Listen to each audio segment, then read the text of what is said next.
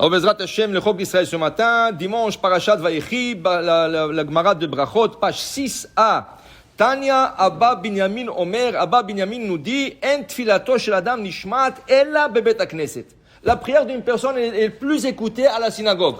C'est sûr qu'Hachem est partout. C'est sûr qu'Hachem écoute toutes les prières. Mais exaucer, la prière d'une personne est exaucée à la synagogue. Quand tu viens à la synagogue, c'est par exemple, quand tu vas besoin de quelque chose de quelqu'un, tu vas pas lui envoyer un texte. C'est mal droit. Ça veut dire, tu as besoin d'un prêt de $50,000. Tu lui envoies un petit texto, j'ai besoin de $50,000. Il va t'envoyer balader. Il va dire que le moins de respect, appelle-moi. Okay? Alors la même chose, si tu veux parler à Hachem, si tu as besoin Parnassa, Refoua, Shidour, n'importe quoi, viens à la synagogue, fais ta prière pour qu'il t'exauce. C'est le bureau d'Akadosh Baruch Hu. La synagogue, c'est le bureau d'Akadosh Baruch Hu. Okay? Ça, c'est le minimum, dit Rabbi Binyamin. Okay? Et chez Nehemar, comme il est dit, Lishmoa el harina vela tefila, bemakom rina sham tefila, dit Rashi, bet hakneset, shesham omrim hatzibur, le bet hakneset qui a un minyan, c'est là-bas que ta prière est exaucée. Okay? Alors pour dire que c'est vrai, dans la période de temps que nous passons maintenant, qu'il y a une pandémie, les gens ont peur de venir à la synagogue, il faut qu'une personne soit sincère. Si la personne sort de la maison, elle va ailleurs, elle va dans des centres d'achat là, tu peux pas dire, je vais pas venir à Kosh Baruch Hu, chaque maison de Kosh Baruch Hu. Si tu vas nulle part, tu restes chez toi, ça va. Tu dis, je perds, ok, compréhensible. Mais si tu vas ailleurs, il n'y a aucune raison de ne pas venir à la synagogue. C'est le minimum de devoir que tu as, Ken. Et la synagogue, c'est l'endroit le plus sûr. Le plus sûr de tout, c'est la synagogue, Ken. C'est là qu'Akadosh Baruch Hu te protège. Alors, pour te dire, voilà, une personne doit essayer de venir à la synagogue. Maintenant, la Gemara continue avec les paroles de Ravin Bar Rav Ada, au nom de Rabbi Yitzchak, Minaï Shakosh Baruch Hu Matsu Bet HaKnesset. D'où est-ce qu'on sait qu'Akadosh Baruch Hu vient à la synagogue? Chez Nehemar, comme David Amelech dit, Elohim Nitzav Ba'adat El. Adat. Mais Ada, c'est 10 personnes. Quorum de 10 personnes. Okay? Comme la Torah dit, Hachem, il dit à Moshe, Ad matai la'eda ara'a azot. Jusqu'à quand cette mauvaise assemblée? De qui il parlait? De Meraglim.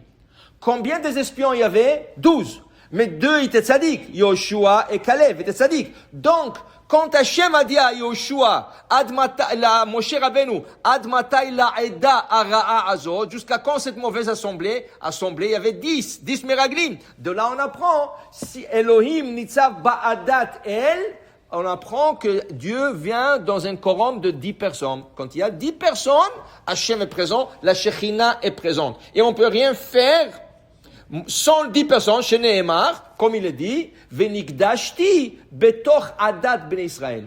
Je me sanctifierai encore, Ada. Ça veut dire, de là on apprend l'obligation pour faire le Kaddish, pour faire la Kedusha, pour faire n'importe la répétition de l'Amida, Adat Bene Israël. In Ada. Ada, c'est 10 personnes. Maintenant, on continue la Gemara. D'où ce qu'on sait qu'il y a la Shekhinah aussi présente parmi 3 Dayanim. Chez Nehemar, Elohim Nitzav Ba'adat Bekerev Elohim Ishpot.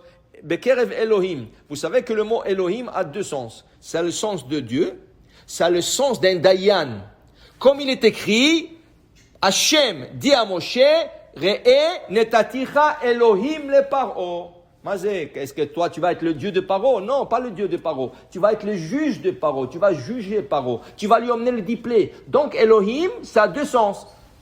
Un Dieu ou un juge. Et si le passou qui dit Bekerev Elohim Ishpot, ça veut dire le Dayanim. Bekerev, parmi le Dayanim, Hachem sera présent. Après la Gemara continue et nous dit, d'où ce qu'on sait, Uminaïn, Lishnaim, Shiyoshvim, Voskim, Batora. 2 personnes qui sont assises et étudient la Torah, que la Shekhinah imahem, que la Shekhinah est avec eux.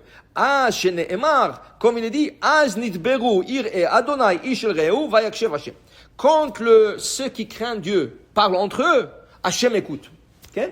Alors, quand on dit ceux qui craignent Dieu, minimum 2.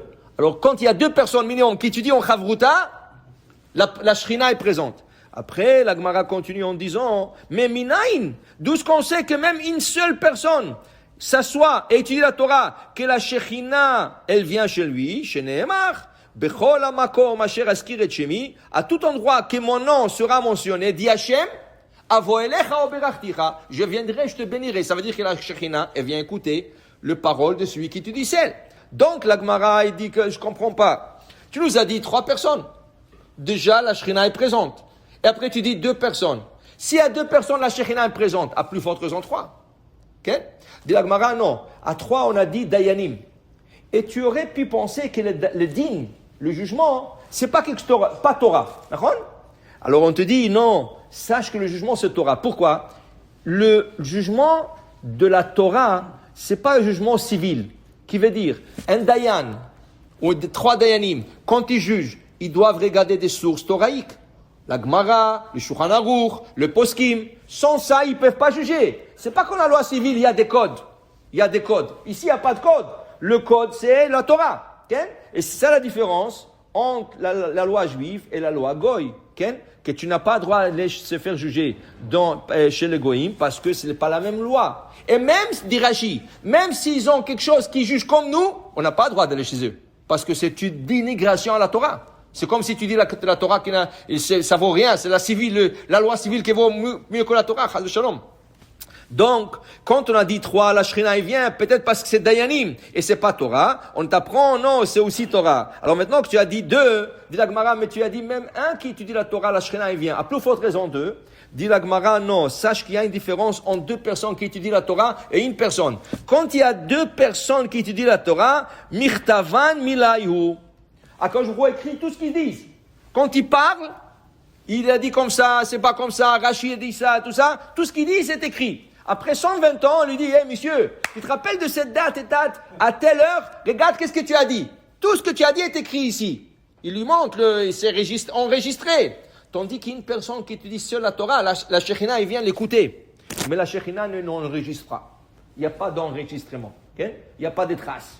Mais la Shekhinah, il vient écouter. Alors ça veut dire que c'est toujours mieux d'étudier en Chavruta. Et ça, c'est quelque chose que David Amelech, son maître, qui a tourné contre lui, Achitophel, le maître de David Amelech, il lui a dit, Aloufi Yudaï, c'est mon maître, m'a tout enseigné. Il lui a enseigné ça.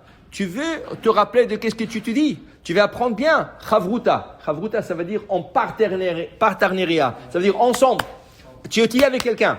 Et ça tu peux étudier sans minyan. Tu n'as pas besoin de minyan pour ça. La Gemara a commencé par minyan à la synagogue. La Shekhinah, il vient. Mais après, la Gemara, elle parlait de l'étude de la Torah. 3 personnes, 2 personnes, 1 personne. Ça, tu n'as pas besoin de minyan. Alors, c'est mieux toujours d'apprendre. Alors, il y a aujourd'hui dans le monde des chavruta par téléphone, par Zoom. C'est bon, c'est valable. L'important, c'est étudier. C'est pas important. Mais pour la synagogue, c'est ni par téléphone, ni par Zoom. Tu dois être physiquement présent. Baruch Adonai Le'olam. Amen ve Amen.